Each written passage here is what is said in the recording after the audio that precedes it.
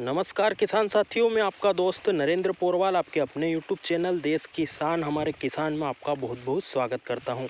किसान साथियों, वैसे तो हमने गेहूं की फसल की संपूर्ण जानकारी शुरुआत से लेकर अंत तक की डाल रखी है, पर अभी किसान भाइयों के लगातार कमेंट हैं और एक ऐसी अवस्था अभी गेहूं में है जहां पर सिर्फ एक स्प्रे ही हमारे गेहूं की पूरी रौनक बदल देगा, रंगत बदल देगा और उत्पादन और क्वालिटी को बेहतरीन बना देगा। तो वह कौन सी अवस्था है, कौन सा स्प्रे करना है जिससे कि हमारा उत्पादन बढ़े, साथ ही साथ क्वालिटी बढ़े, जिससे कि मंडी में भाव अच्छा मिले, गुणवत्ता अच्छी बने। और ऐसा कौन सा चमत्कारी स्प्रे है जिसके माध्यम से स्प्रे करके हम बीमारियों पर भी कंट्रोल पा सकते हैं, फंगस पर भी कंट्रोल पा सकते हैं, साथ ही साथ उसका उत्पादन और क्वालिटी भी बढ़ा सकते हैं। उसकी संपूर्ण जानकारी इस वीडियो में आपको मिलने वाली है।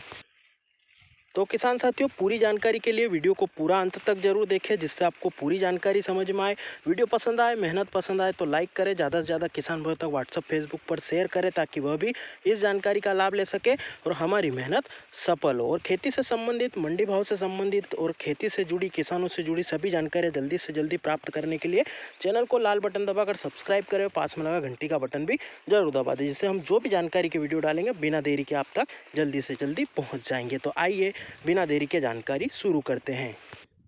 किसान साथियों, जानकारी शुरू करें उससे पहले आपके लिए एक सूचना है, क्योंकि आपको हमेशा कुछ न कुछ मार्केट से खरीदने की, दवाइयाँ हो, कृषि उपकरण हो या कोई सी भी चीज़ खरीदने की, चाहे वो घरेलू सामान हो या कुछ भी खरीदने की आपको आवश्यकता पड़ती है। और दुकानदार जानकारी के अभाव में आपसे ज़्यादा रेट लेता है, ज़्यादा भाव लेता है, ज़्यादा मुनाफा कमा सकता है। तो उस मुनाफाखोरी से आप बचने के लिए आप इंडिया मार्ट के माध्यम से डायरेक्ट होलसेल रेट में जो है प्राइस भी पता कर सकते हो, वहाँ से खरीदी भी कर सकते हो और एक अच्छा लाभ वहाँ से ले सकते हो। तो इंडिया मार्ट से आपको कैसे जुड़ना है उसकी पूरी विस्तृत जानकारी डिस्क्रिप्शन में लिंक डाल रखा है, वहाँ से आप क्लिक करके पूरी जानकारी ले सकते हो और आप कुछ भी आइटम वहाँ से खरीद सकते हो और काफ़ी कम कीमत में आसानी से आपको वह चीज़ वस्तु उपलब्ध आपको हो जाएगी। तो आइए बिना देरी के जानकारी शुरू करते हैं।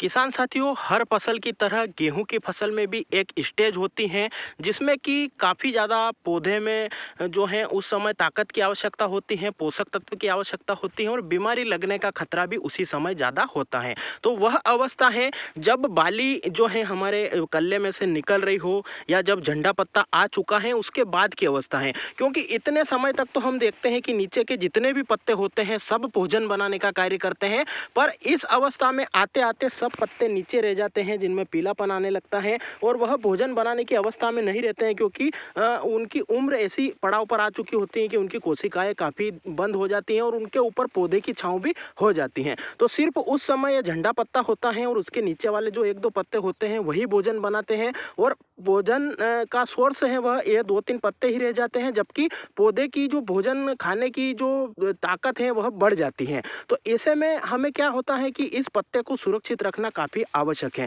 तो जो झंडा पत्ता है जो आप देख रहे हो, इस प्रकार का जो पत्ता होता है उसे झंडा पत्ता बोलते हैं।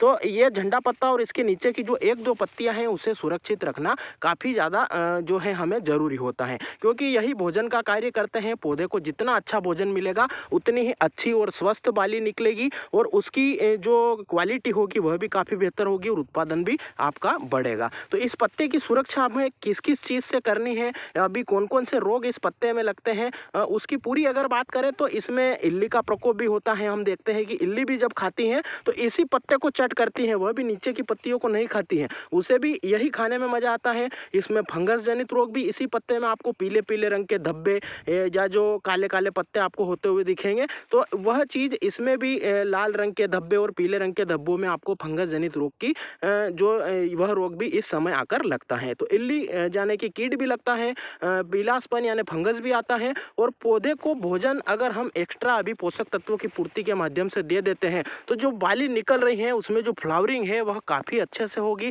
दाना मोटा चमकदार और सुनहरा दाना आपका निकलेगा। तो ये चीज़ अभी इसमें होती है। तो इसका निदान कैसे करें, हम बात कर रहे थे कि चमत्कारी स्प्रे, तो कौन सा चमत्कारी स्प्रे लेना है हमें, उसमें कौन कौन से कंटेंट होने चाहिए, उसकी बात करें तो आपको इस समय इल्ली और रस चूसक कीटों का गेहूं में प्रकोप देखने को मिलेगा। काफ़ी ज़्यादा किसान भाइयों के कमेंट आ रहे हैं कि कुछ गेहूं जो कि तेजस वैरायटी है HI8759 उसमें काफ़ी ज़्यादा पत्ते चट कर रखे हैं। ये हमारी पोषण की वैरायटी है तो इसमें कम है प्रकोप और स्प्रे के माध्यम से कंट्रोल भी कर लिया गया है। तो उसमें आपको सबसे पहले तो एक कॉन्टैक्ट इंसेक्टिसाइड लेना है, चाहे उसमें आप मोनोक्रोटोफास भी ले सकते हो या फिर जो लेमड़ा साइलोथिन आती है वह भी ले सकते हो, जिससे कि हरी इल्ली काफ़ी जो नुकसान करती हैं, पत्तों को चट करती हैं, पत्ता खाने वाली इल्ली होती है वह मर जाएगी। और उसके साथ में आप जो रस्ट होती हैं या जो बारीक बारीक ऐसे जीव होते हैं जो कि रस चूसने का कार्य करते हैं इन पत्तों में से, तो उनके लिए आप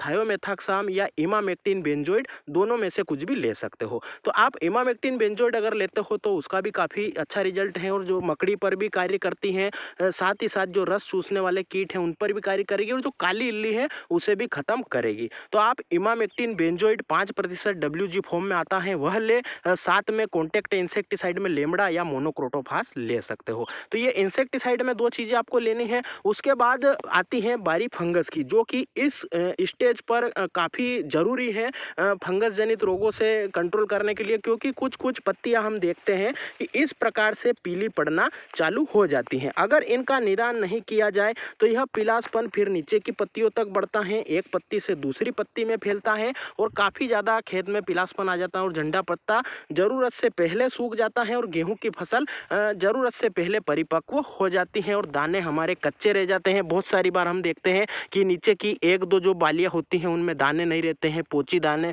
बालियाँ रहने की समस्या आती है। तो वह पूरी मेच्योरिटी या पूरा परिपक्व गेहूं नहीं पकने के कारण या जल्दी फंगस के कारण, जल्दी पकने के कारण वह समस्या आती है। दाना भी पिचका हुआ और छोटा रह जाता है और उसमें चमक, कलर और जो ब्राइटनेस हमें दिखनी चाहिए वह नहीं दिखती है। तो वह इन्हीं फंगस जनित रोगों के कारण होता है।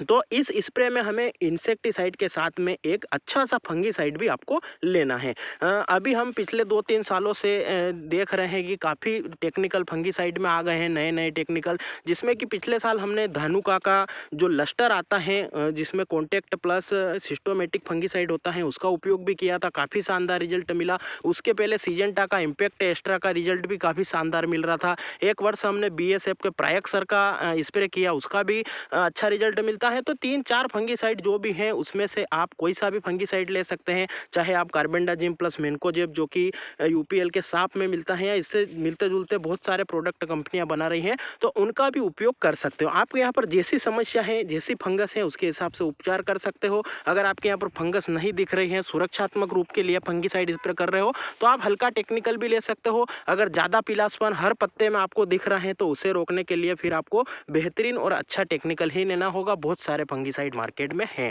तो आप उनमें से एक अच्छा सा फंगीसाइड भी 100 ml प्रति बीघा तक उसमें ले सकते हो। तो इंसेक्टिसाइड प्लस फंगीसाइड लेना है। अगर आपकी गेहूं की चाल भी कमजोर लग रही हैं, बालियां फंसती हुई दिख रही हैं, कमजोर निकल रही हैं, अच्छी ग्रोथ नहीं है, तो उसमें आप माइक्रो न्यूट्रिएंट्स का कॉम्बी पैक बहुत सारे आते हैं, उनमें से कोई सा भी ले सकते हो, जिससे कि झंडे पत्ते पर स्प्रे का असर होते ही सीधा भोजन उसका पौधे तक जाएगा और उसमें माइक्रो न्यूट्रिएंट्स या पोषक तत्व, सूक्ष्म पोषक तत्वों की पूर्ति होने के कारण पौधा एकदम से जो है उसकी ग्रोथ करेगा और उसमें बालियां हैं वह स्वस्थ और अच्छी निकलेगी। बहुत सारे किसान भाई इस समय NPK 05234 का स्प्रे करते हैं, पर वह गेहूं की फसल को जल्दी परिपक्व कर देता है, उसकी अवस्था भी लेट है। बालियों में आधा ऊपर दाना भराने के बाद में 05234 का स्प्रे करना चाहिए। अगर आपकी फसल इस अवस्था में है तो आप ओमेक्स का बायो 20 ले सकते हो या कोई सा भी ऐसा पोषक तत्वों के मिश्रण वाला, सूक्ष्म पोषक तत्वों के मिश्रण वाला कोई सा भी